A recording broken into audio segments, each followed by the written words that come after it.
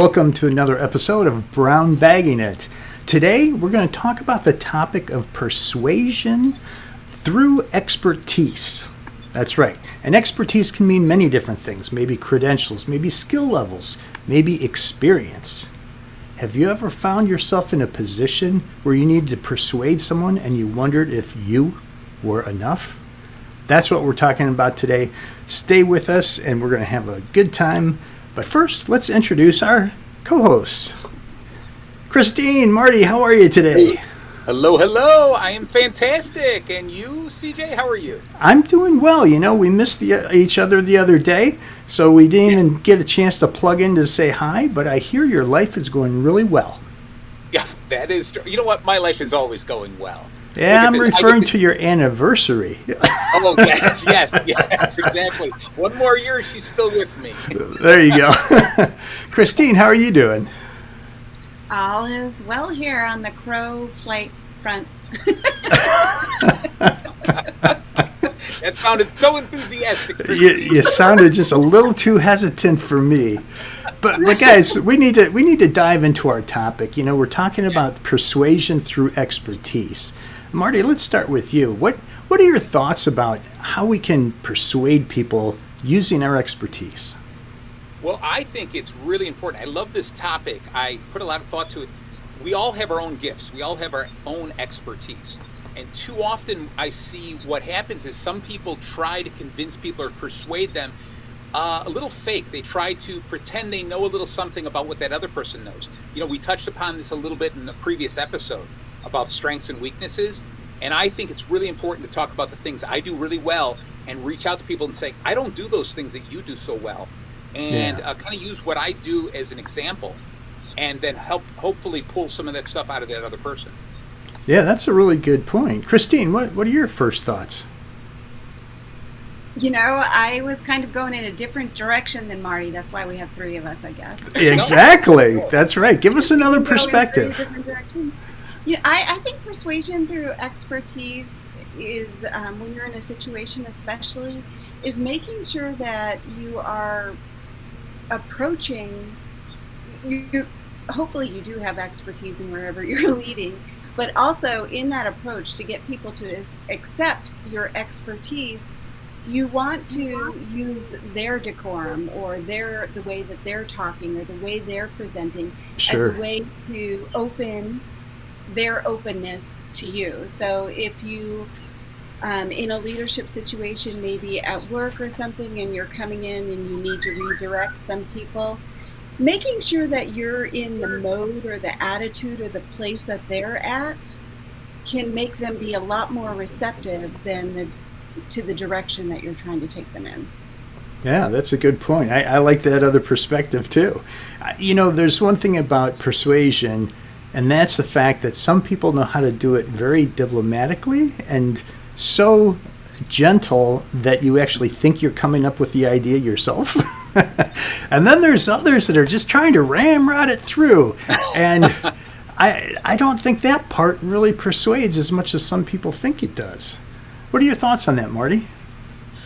I do agree that there's got to be a fine tune between that. Sometimes, depending on the audience, the people you're talking to, you do have to be a little bit more forceful, especially if that forceful communication is one of your expertise. You know, one of the things you're really good at. All right. But I do agree that the soft approach is so much better. Yeah. Without it. Yeah. Well, the clock is ticking. Go ahead. I want to add on to that too, though, and just say, sometimes we find ourselves in leadership positions that we're not assigned to, or they don't have the title of leader in it, or you may not realize that it's a leadership position. Yeah. Based on the title. Maybe you're leading from the back, or you're in a situation where no one else has stepped up and you're leading. And I think that that's something that kind of comes into the type of leadership that you're using too, whether you're trying to do authoritative, you know, I think persuasion kind of goes to the side when you're talking about ramrodding. It's a physical type of persuasion. No longer persuasion, it's something else, manipulation or something. We want to use persuasion that does not bruise. Well, today we have a special guest who I'm going to let Christine introduce her in just a moment, but I want to let you know that our guest today is a multifaceted person. I'm talking about a person with lots of experience on the professional side with the corporate America, a lot of experience on the nonprofit side as well. So she's worked with paid people, she's worked with contracted people, she's worked with volunteers. So we're going to be able to get some different perspectives on how she looks at persuading. So let's go ahead and Christine, do you want to introduce her? Yeah, there are so many things that I can say about this amazing woman, Stella Lorens. Here you can see on the screen that she's a culinary artist, an image stylist, a conceptual marketer. But I've had the opportunity to work with her, and she really embodies leadership principles. And talking about a subtle persuader, and you don't realize that you're doing her bidding. This is definitely Stella. You're going to learn through our interview here. And she is an artist. She is a life coach.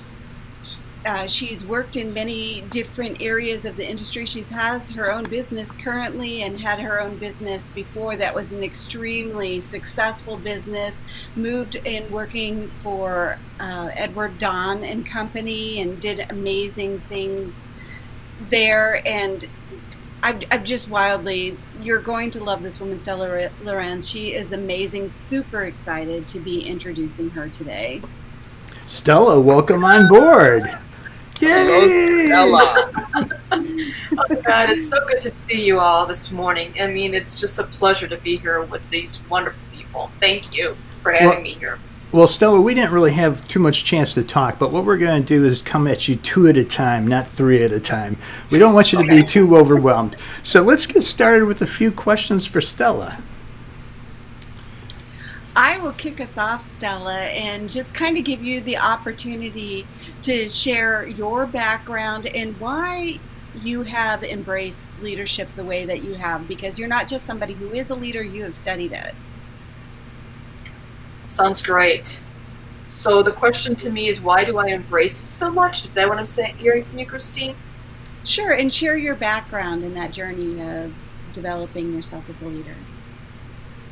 I think leadership has been probably an important element in my life because I see that you can accomplish so much in your life if you've got a direction. And I feel that if you look at wonderful people in our history of the world, there have been people that have stepped up, who actually have seen a vision, who portrayed a vision verbally or by sampling of ideas, and actually have made a huge curve on success in the development of human development of mankind and goodness to others and production of great successes. So to me, I think leadership is so important because otherwise you don't have everybody going in the right direction and we don't get projects accomplished.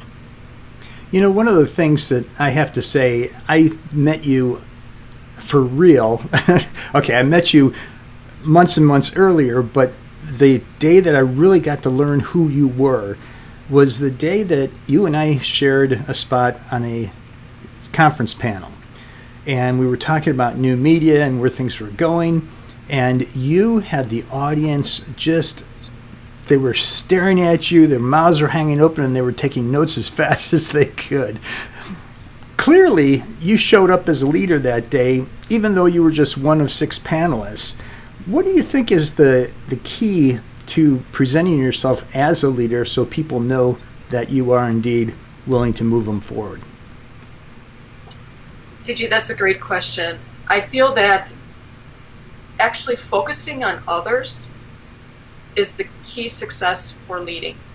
Because when you focus on others and really make sure you make that connection with your audience, like in that panelist discussion, and you're looking at their reaction, that to me means that you can start to persuade them. You can start to actually develop the ideas that you want them to hear about, the concepts. And when you focus on others, you're looking for them to listen. If they're listening, then they're getting it. And if you're not connecting with it, then you can tweak it a little bit, because they're telling you information from their perspective, whether or not you're really going down the path that they're willing to actually grab a hold of and join you. Yeah, that's a good response. I like that. In fact, I can clearly say after watching you as a leader several times that you really know how to empower other people. I guess that would be the word I would use. Empowerment of other people is probably the best thing we can do for each other, because each person, like Christine says earlier, when she was giving her insight on persuasion, each person has a different perspective. That's pretty cool. And when you look at it, let's take example how wonderful we've got all these satellites around our planet, and we're all actually connecting each other with satellites. But every single satellite has a different perspective of where they're positioned in the world. So when you actually join ideas, you can actually accomplish better things than just doing it one way. Yeah, collaboration. So how do you balance that, Stella, when you are getting perspectives from all these different people that you're in a position to be leading, but you also need to be looking out and balancing the future? How do you balance that, getting the information from the people that you're leading and still looking ahead and making sure that you're planning for whatever's being thrown at you and moving towards your vision? Christine, that's where your expertise has to step up, because that's where you actually have to keep on being really good at your knowledge and experience. Yeah. Because if you are working with clients throughout the years, I've had a situation where I may have had 3 or 5 different clients from the same company, but 5 different people, and they all have different perspectives. But you know the answer to the way we should go from your expertise is a certain direction, but you can see that they're not hitting it or they're not getting it. One of the things that I learned is to kind of build out scenarios. So you kind of address each person's perspective and say, okay, I hear what you're saying. Let's talk about that a little bit more. If we do that, then we got some pros going on and we got some cons going on. So therefore, we need to take a look at what is the best and make sure that all the pros are lined up. So listening to the other person and drawing in some samples can actually keep you going in the right direction. That's a great point. So we want to take a brief little humorous break here for you, Stella, so you can get your mind reset, because we're going to come at you with some more personalized questions to really get to know you. But here is a humorous moment for everybody.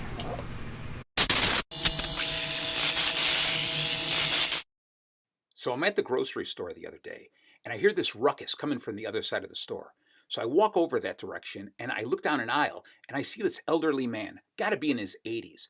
And around him is a little kid, I'm assuming was his grandchild, running around in circles, screaming and yelling.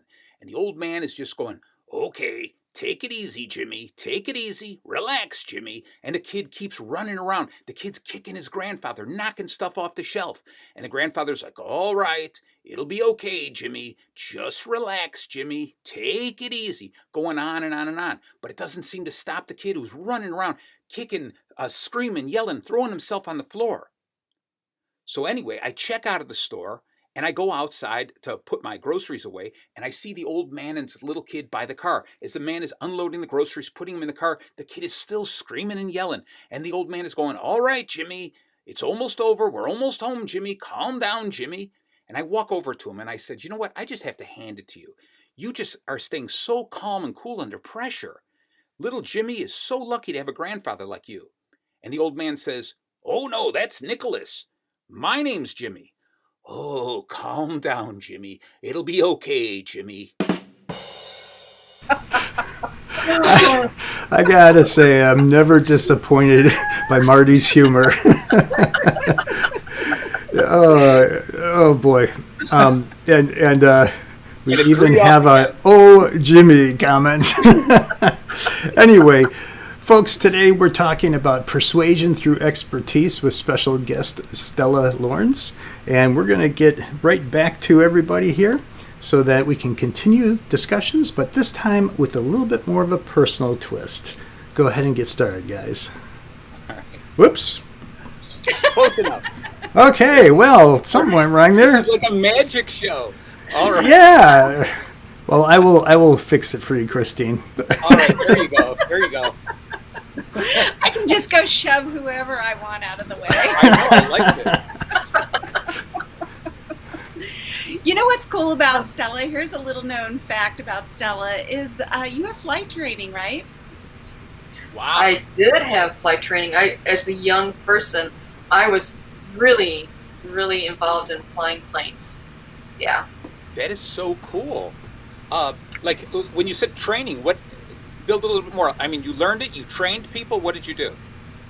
So, growing up, my brother was really into astronomy, and therefore, I really wanted to start to go into the Air Force. Was my dreams, and I thought, boy, if I can graduate college and take flying lessons, I could be a pilot in the Air Force, and that was my goal in life. And I started to take the courses of flying a plane. Loved it, absolutely crazy about it, and I especially liked the ground school and even taking classes on weather. Fascinating. So I wish I would have pursued it more so that I would be a pilot today, but that was in my youth, and unfortunately, you don't do all the things you want to do, but man, you one of the biggest problems was I was going through this practice with stalling a plane. Wow. And oh my goodness, that was really hard with the 40-degree flaps, because it really meant you really had to use a lot of patience, like Jimmy, and actually just keep yourself calm and make the adjustments. And I think that at that point it was a little bit too scary for me, but I should have stayed with it. Darn it, wish I did. But wow, you're absolutely right. That has got to teach you those patience of just calm under pressure, no matter what comes after that. I mean, no matter what situation you're in, there's nothing like being in an airplane and forcing it to stall. That's got to be a great life lesson for any leader. Did that memory come up for you with? I know that you were leading a large organization when the pandemic kind of changed the way we were all doing something. Definitely a stall. So how did you handle that real life stall leadership experience? Well, I think that the thing that actually created me to move forward in a situation where we stalled in life last spring was that you have to work in the solution. You've got to say, okay, this is the situation. What are the solutions? What do we got to do? And you can't just wait too long, because you got to make things happen. If you want to get to know me personally, my background with having my own studio, a culinary studio, and having clients all around me, like they would be over your shoulder. I'm a food stylist, and I'd be preparing food and styling it and holding one piece while I'm adding another piece of something underneath it, and making these arrangements and keeping myself calm with lights on me, and then people actually breathing over you, and you realize that maybe it could fall apart right in front of them, but oh my God, you're like, don't keep calm, just focus on what you've got to get done.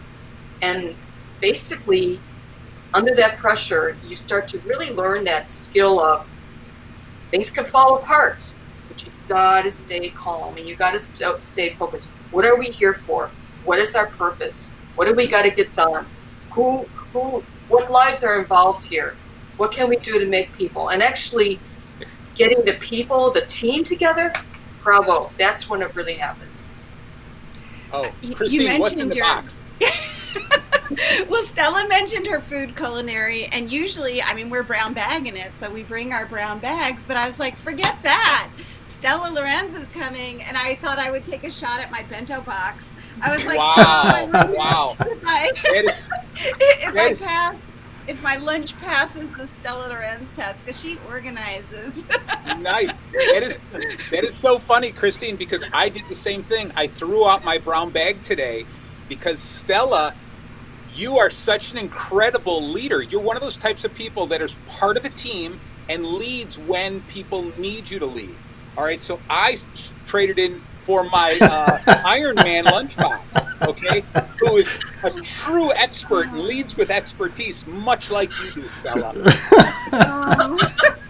Oh, Iron Man was pretty amazing to see, those eyes and you notice my jewel, my necklace. It reminds me of Iron Man. There you go. I've got this my little thing. My heart's going because my jewel's going. Nice. That is really a good one for you too, Stella, because you definitely, like I said, I have worked with you and been led by you before, and as somebody who has worked in the organization where you were at, I really did feel like I was being held by your heart. So I'm a big fan. Thank you so much. So Stella, I want to jump in really quick because you're an artist, all right? And often artists are the type of people who stand up on their own. They are like the special teams. They work by themselves. There's only a handful that are really great leaders because most of those people are independent and they work by themselves. So can you share any stories about being an artist and leading a team, and how your ability to conceive and create helps you as a leader? That's wonderful, because when you really look at that perspective of working with a team in a creative venue, that's such a pleasant situation to be under, because when you look at it, it's everyone trying to accomplish some creativity. We all have creativity. Sometimes people will say, "Oh, I don't have anything creative about myself," and I go, "No, yes, you do. You really do." And working with people and actually getting them to see that they have creativity and making them feel like they have creativity really does help. I basically, a lot of time, will sketch out an idea. So when I'm working with a team, no matter what I'm doing, I'm actually communicating with sketches. Because to me, when I sketch out an idea, it gets everyone to take a look at my perspective. Not that it has to be the only perspective, but actually getting people to see a perspective they can actually evaluate and they can then contribute. There is no bad idea. And when you make people feel confident that they can brainstorm and they can bring whatever idea they want to the table, or even evaluate what you're working on, and making them feel comfortable in that, then that creativity really busts out. So like go ahead. Say that again, Stella. I was just going to say, I brought a couple sketches with me today, and kind of like, I don't know, this way. All right, here we go. I'm learning this perspective. Okay, here we go. But it's just, getting these doodles. It's just getting the idea of, what you can do. What am I talking about? Nah, I can't deal with this mirror thing. Move to your left. Move it to your left. Left. Thank you. So it's just, you can just say, hey, let's put the products along the side. Let's talk about this. Or here's a perspective to bring dramatics into simple elements like your flatware. So I just, to me, these sketches, they're nothing fantastic or works of art. But to me, you can say, hey, I really like this one, but I prefer it, being behind that page in our book or whatever. So therefore, working with sketches, to me, is the way I start drawing the collaboration together. Does that make sense? Yeah, definitely. Absolutely. I mean, we're all visual learners, so anytime that you can communicate with them visually, I think the idea gets conveyed so much quicker than just us talking about it. I know that talking is one of the things we all have in common in this group, but adding in visuals is so very important. You might want to explain that one to the audience. Well, I didn't bring toast for lunch. We're all involved in a public speaking organization. So that's what we all have in common. And like every one of our audience members, I bet you all enjoy talking too. I have a question real quick. I'm going to squeeze it in. And Stella, I'm just curious though, in your expertise, I mean, clearly you are an expertise in culinary artistry and so many other things. But do you have a story or a situation where you struggled to get the people that you were leading to understand that you were the expert? And how did you handle that? I have a great example for that, because it's not something that I did, but it's something I learned from my mentor. And that's many years ago. And for it to still be very much a strong element in my life today, that I wanted to share that with you. So my mentor his name was Ray. Well, he had this idea of photographing this beautiful product. It was a frozen chicken product from a East Coast food manufacturer. And the gentleman who owned the company, who started the company, said, well, with my chicken breast, all I want to do is have a photograph of it and just a beautiful image of how crispy it is and golden it is. And that's it. I don't want anything else. So Ray showed me by his example, that's great. And you have a client that wants certain things. You know it's not the best it could be, and you know you could do it better for them. So what he did is he photographed that chicken. I mean, it had to be cooked at a certain temperature, and it had to be that no breading could be falling apart, and it had to be beautiful and crispy. And he photographed that, and then he photographed it with a beautiful leaf. And the leaf was like a green, light green banana leaf. And the veins of it was so gorgeous, and he actually put some light through it. So then those two images were sent to the customer. So the customer saw the chicken, gorgeous chicken, and then the gorgeous chicken with the beautiful green and a couple grapes, green grapes. Right away, the complementary color of the golden chicken with the green knocked the socks out of that presentation. And immediately that customer saw it, and he saw that was the best way, is to have that supportive material really bring out the goldenness of the product. So my lesson learned was, if you really feel strongly about something and somebody else is not really in favor for it, show them examples with what they believe, and then what you feel from your expertise to make it even better, and persuade them that way. That is incredible. Okay, so because today's topic was on persuasion through expertise, I thought I'd try a little experiment, a little 60-second experiment. And I was going to say, I saw this comment here. I had to put it up. I want chicken right now. And Stella, the way you described that chicken with the grapes and the leaf, I was like, I'm going to have to pull that image and send it to you all. Anyway, I threw together a short little video to try to make use of one of my skills, which is storytelling. I'm a story guy. And I want your opinion and get your feedback live on air. So feel free to slam it if you need to. But here is a little video I threw together to see if I could persuade somebody.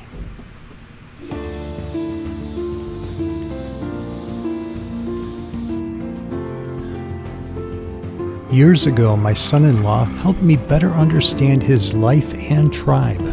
In my studies, I learned the phrase wananichi, meaning he who is needed by the people. It was then that I realized my path to bring people back to the true ways of freedom. We have the right to make our own life decisions about our education, career, medical care, spirituality, and so much more. Don't allow others to force or leverage your free choices. live in freedom.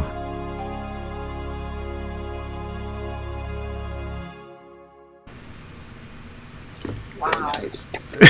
Christine's going like this because she had food in her mouth, probably. Not, oh my gosh, a terrible video. I was eating the chicken from Stella. Well,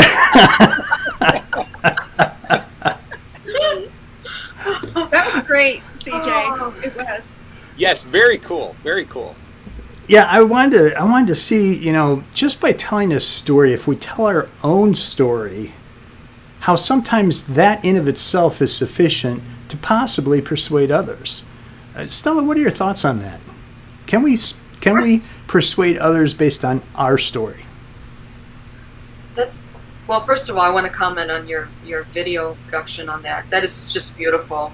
I personally I like that it was images of you running through the park, and it was a continuous motion throughout the whole thing, which I thought it was great, because a lot of times we don't stop to really think about life, and I think that we should.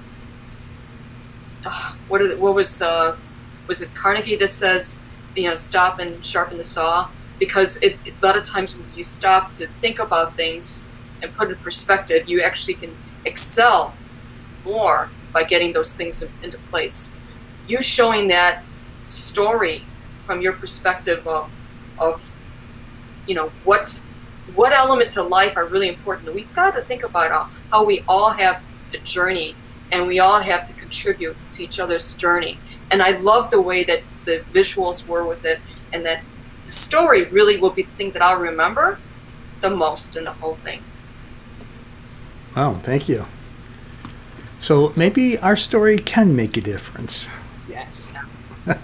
Well, at this point, Stella, we want to thank you. I know you're a busy person and have to get going, but thank you so much for being on our show today and talking with us and answering all our bizarre questions, even ones about chickens.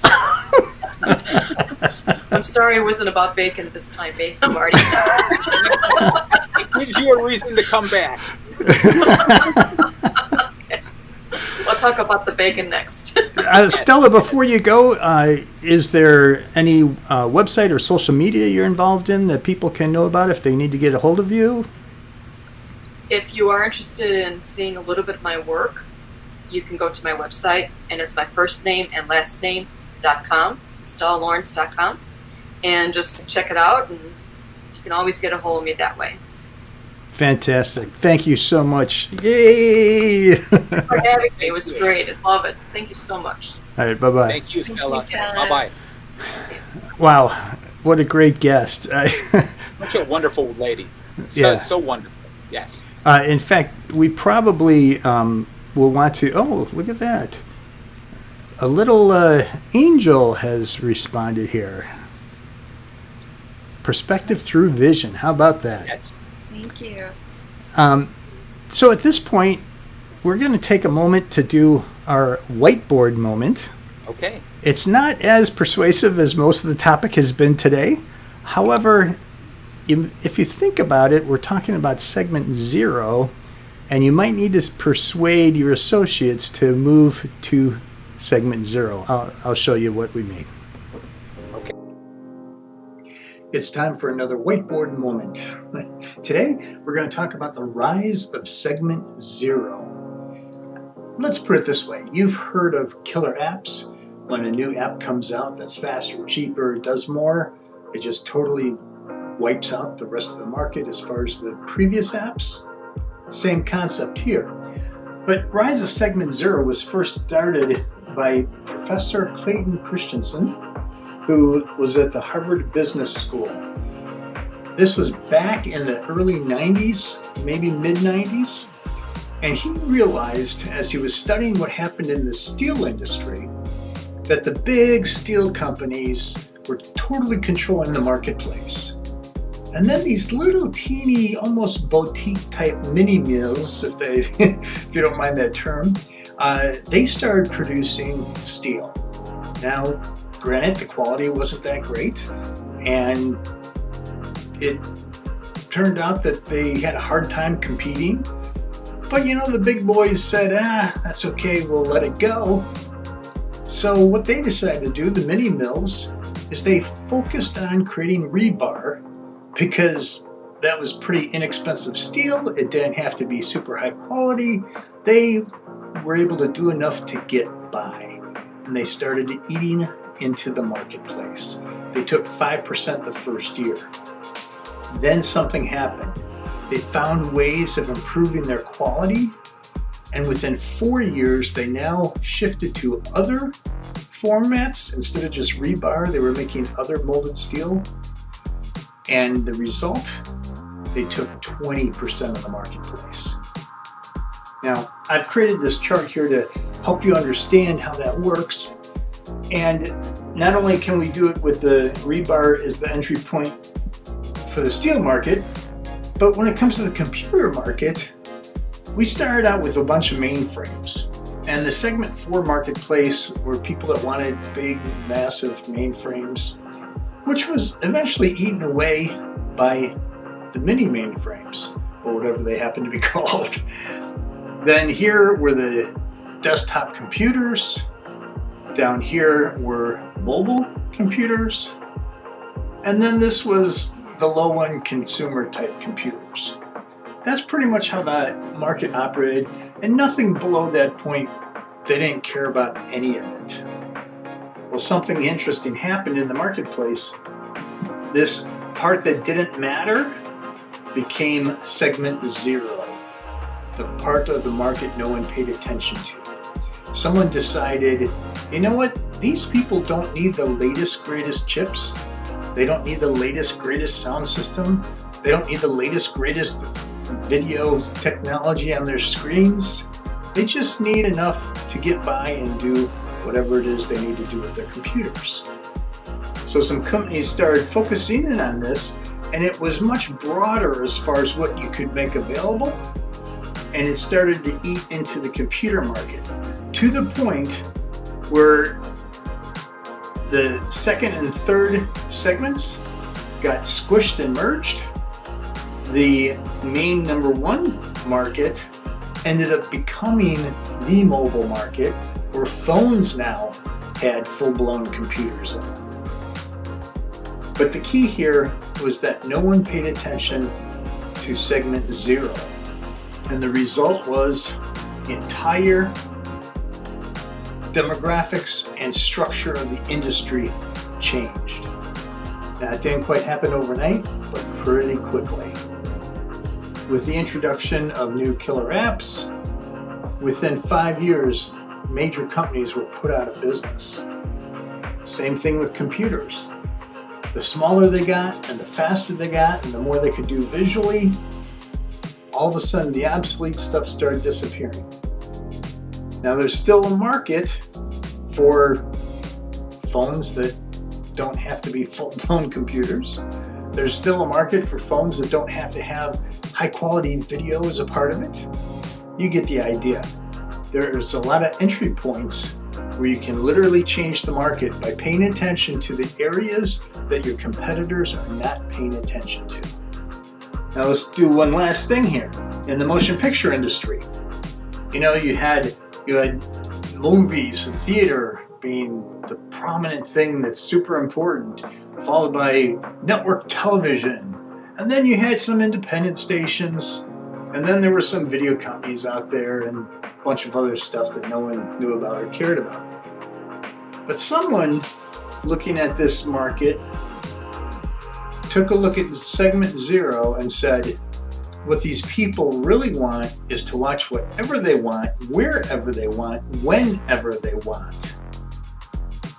And they decided to develop streaming video. As a result, this grew in and started impacting and tearing apart the marketplace. Today, hardly anyone goes to the movie theaters. Ticket prices are up super high to try to make some of that money back. Network TV collapsed into any kind of TV. Any broadcast TV is collapsed together. They're not even segmented anymore. And the ratings are dropping rapidly. Back in the day, A good quality TV show could have a 30-point rating. Now, 2.4 is considered excellent. So the market has shifted tremendously. The streaming community is growing fast. It's going to grow even faster. It's going to take over even more here. And the reason is because people get it on the device they want, when they want it, and they can watch whatever it is that they are interested in watching. Just recently I read that Disney Plus, which has only been out for a year, maybe a year and a half now, they are at 174 million subscribers. They also own ABC, and ABC ratings have dropped tremendously over the last couple of years. Overall, it's a good thing for business because Disney Plus brings in billions of dollars, where ABC might have brought in 1 or 2 billion, but now streaming brings in 12 or 13 or 14 or 15 or 16 billion. It's still growing. We don't know where it's going to stop. So the key here of today's whiteboard is just to help you understand that the part of the market that no one's paying attention to, that's the part that you get interested in, and you find a way to give a solution to the customers. Well, I have to say, I love this comment here. Yes, without a doubt. I think everyone's got to learn to improve their persuasion skills at least a little bit. Yes. I loved your whiteboard moment. I loved your whiteboard moment, CJ. I like the idea that what we all have to do is we have to find those openings, those desires and those needs and those wants of our potential customers, and use our expertise and suddenly flip the paradigm a little bit, change the world, and so that we become the leaders based on the expertise for those little niches that we're able to find. I thought it was a great whiteboard moment. Thank you. That was a great summary. Thank you. Yeah, I tried so hard to keep it shorter, but I thought more examples might be better. It's one of those things where it's like, well, I don't know. For me, the extra examples are more helpful to understand the different industries and how it fits. But we're one of those streamers, folks. And you people that are watching this right now can make us rise to the top if you watch us and share this with friends. How's that for a plug? I know our initial, the original idea was to make a movie of this, right? And then eventually we realized the movie didn't work, the TV show didn't work, so now we're streaming. I love it. Well, it is interesting how the market has really changed that dramatically.